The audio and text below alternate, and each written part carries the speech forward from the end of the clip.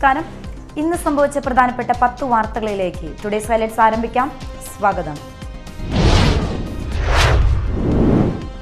ലോക്സഭാ തെരഞ്ഞെടുപ്പ് 2024 വോട്ടെടുപ്പ് അവസാന മണിക്കൂറിലെത്തിയപ്പോൾ പോളിംഗ് ശതമാനം 65 എത്തി.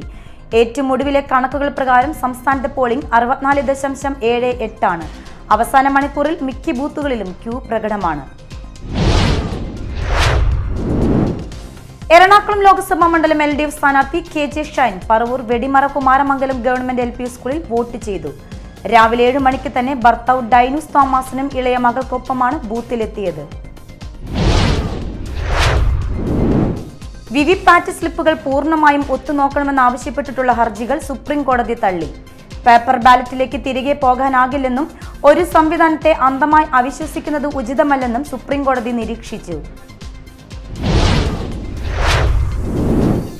കരുവന്നൂർ ബാങ്കിന് മുൻപിൽ വസ്ത്രം ഊരി പ്രതിഷേധിക്കാൻ നിക്ഷേപകൻ ജോഷി എത്തി. പലിശ പതിച്ചു നൽകി തൽക്കാലം ആശ്വസിപ്പിച്ച് ബാങ്ക് അധികൃതർ ജോഷിയെ മടക്കി അയച്ചു. LDF കൺവീനറും മുതിർന്ന CPM നേതാവുമായ EP ജയരാജൻ കേരളത്തിന്റെ ചുമതലയുള്ള BJP കേന്ദ്ര നേതാവ് പ്രകാശ് ജാവ്ദേക്കറുമായുള്ള ചർച്ച നടത്തിയതിൽ പ്രതികരണവുമായി പ്രതിപക്ഷ നേതാവ് VD സതീശൻ.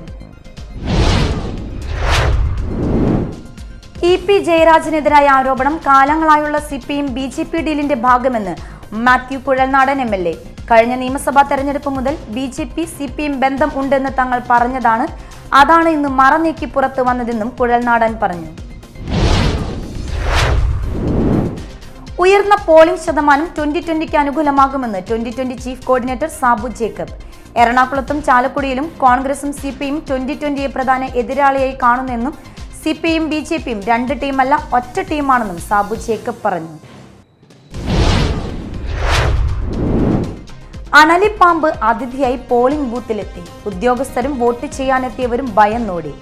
പിന്നീട് വനംവകുപ്പ് ഉദ്യോഗസ്ഥരെത്തി പാമ്പിനെ പിടികൂടി. രാവിലെ 11ഓടെയാണ് ബൂത്തിനുള്ളിൽ പാമ്പിനെ കണ്ടത്. ചാലക്കുടിയിൽ വോട്ടെടുപ്പ് പൊതുവെ സമാധാനപരം. 3 മെഷീനുകൾ തകരാറിലായതിനെ തുടർന്ന് വോട്ടെടുപ്പ് തടസ്സപ്പെട്ടു. 2 മെഷീനുകളുടെ തകരാറുകൾ പരിഹരിച്ചപ്പോൾ ഒരു ബൂത്തിൽ മെഷീൻ മാറ്റിവെച്ചാണ് വോട്ടിംഗ് പുനരാരംഭിച്ചത്.